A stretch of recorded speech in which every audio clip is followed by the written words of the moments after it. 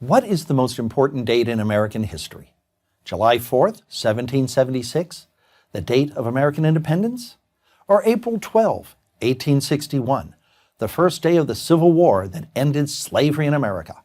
Or maybe December 7th, 1941, the day the Japanese Empire bombed Pearl Harbor, bringing America into World War II?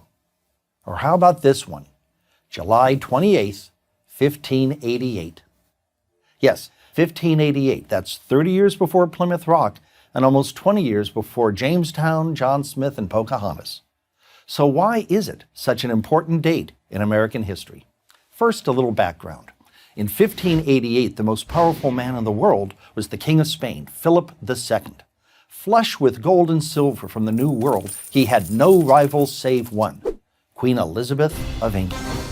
England was a Protestant nation, and Spain was Catholic, as was most of Europe. In addition to considering her a heretic, Philip hated her for two additional reasons. First, she was financing a rebellion by the Dutch Protestants against Spain in the Spanish Netherlands, which Philip controlled.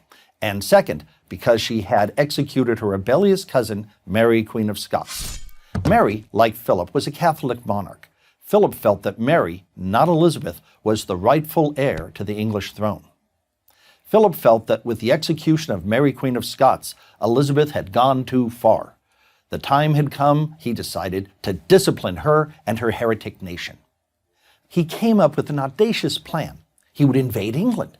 To do this, he needed a large army and lots of ships. He needed an armada, 130 ships that would carry 30,000 men. Philip was very rich, but not that rich. To build such a fleet, he would have to borrow heavily. But this wasn't much of an obstacle. Once he had conquered England, he could use the English treasury to pay off any debts. The Pope, wishing to see England return to the Catholic fold, promised additional financing. So the ships were built, the soldiers recruited. Most importantly, Philip had chosen a competent man to lead them, the Marquis de Santa Cruz. Santa Cruz asked for more time to prepare his ships and men. But Philip was impatient, far too impatient as it turned out. In a massive stroke of misfortune, the first of many, Santa Cruz died just before the Armada was set to sail.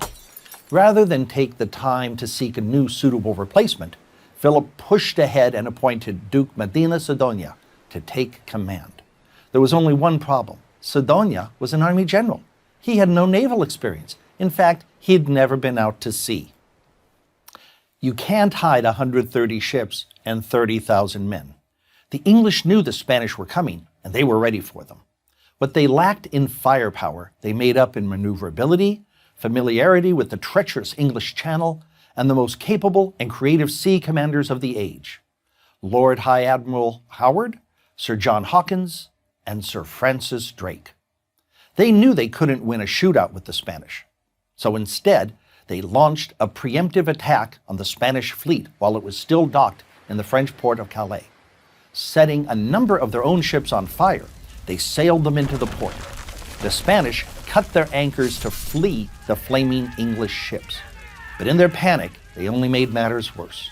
The Spanish ships rammed into each other, tangling riggings, slicing sails, and crushing hulls. The vessels that weren't damaged were sitting ducks for the English cannon. Seeing that England had blocked their escape back to Spain, the badly wounded Armada sailed north into the Atlantic, hoping to regroup.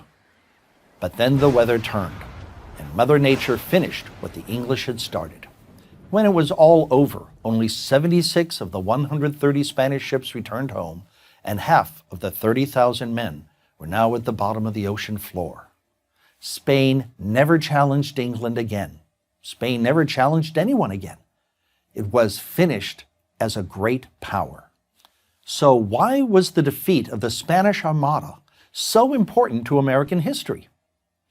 If the Armada had won, England would have become part of the Spanish Empire. There would have been no further English exploration of the North American coastline. In all likelihood, Spain, not England, would have colonized the eastern seaboard and expanded westward. Spain would have ruled America as it did South America.